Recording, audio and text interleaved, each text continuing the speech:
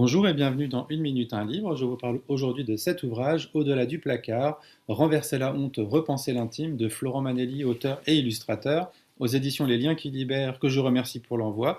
Un ouvrage à paraître fin mars 2026, donc très prochainement. Un essai qui articule récit personnel et analyse sociopolitique du coming out.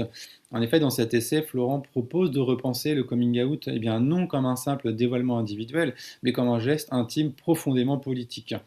Alors de manière pédagogique et documentée, Florent expose ainsi son regard sur le coming out de manière empirique, tout en le réinscrivant dans un contexte bien plus global.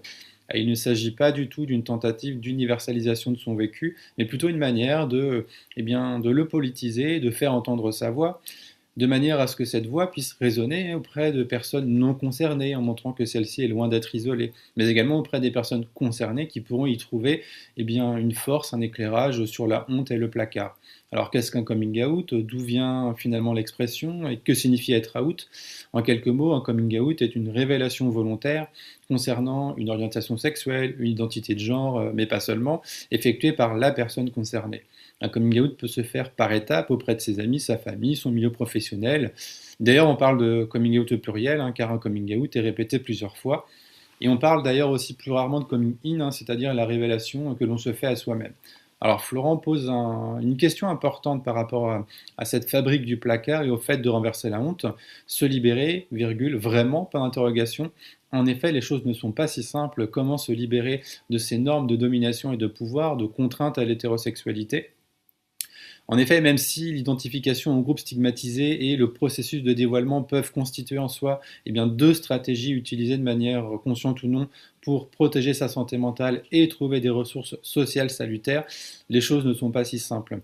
D'ailleurs, quand on parle aussi de ressources sociales salutaires, on pense également à la question des communautés, et vous verrez dans l'ouvrage, l'idée effectivement c'est peut-être de revenir un peu sur ce mot communauté qui est utilisé de manière aussi un peu globalisante, idem, les choses sont à préciser. Alors en effet, sortir du placard, est-ce un rite obligatoire, une injonction dictée par les personnes non concernées à laquelle il serait nécessaire de se conformer, une tentative pour finalement chercher à bousculer le statut d'une personne dite stigmatisable à stigmatiser, ou bien un processus libérateur politique nécessaire? Le placard ne peut-il pas être finalement un environnement safe durant un temps? Alors les réponses, encore une fois, ne sont pas si évidentes, à l'image de l'histoire, de la qualification de l'homosexualité comme fléau social, ou encore des entreprises morales offensives anti-genre, anti-queer, anti-trans, etc.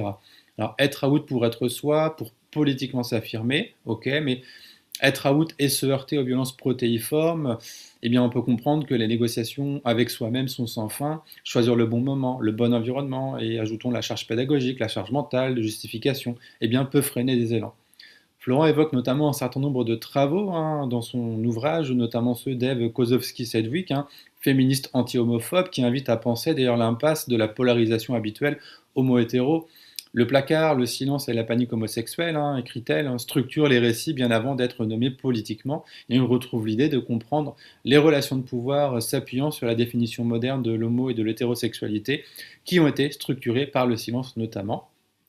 Et pour préciser ce qui a été dit précédemment, le placard n'est pas une expérience universelle, mais un dispositif profondément inégalitaire. Tout le monde n'est pas également placé face au placard. Certaines personnes sont forcées au silence et d'autres bénéficieront de la présomption d'hétérosexualité. Alors pour renverser la honte, il faut du collectif, du courage, de l'engagement et non des retours en arrière sur des acquis ou encore dans les productions culturelles. Nous ne sommes pas des tokens, être représenté ne suffit pas car les croisades morales sont structurelles, déshumanisent et entretiennent ce qu'on appelle le stress distal et le stress proximal, pour citer meilleur, au regard du travail sur le stress minoritaire.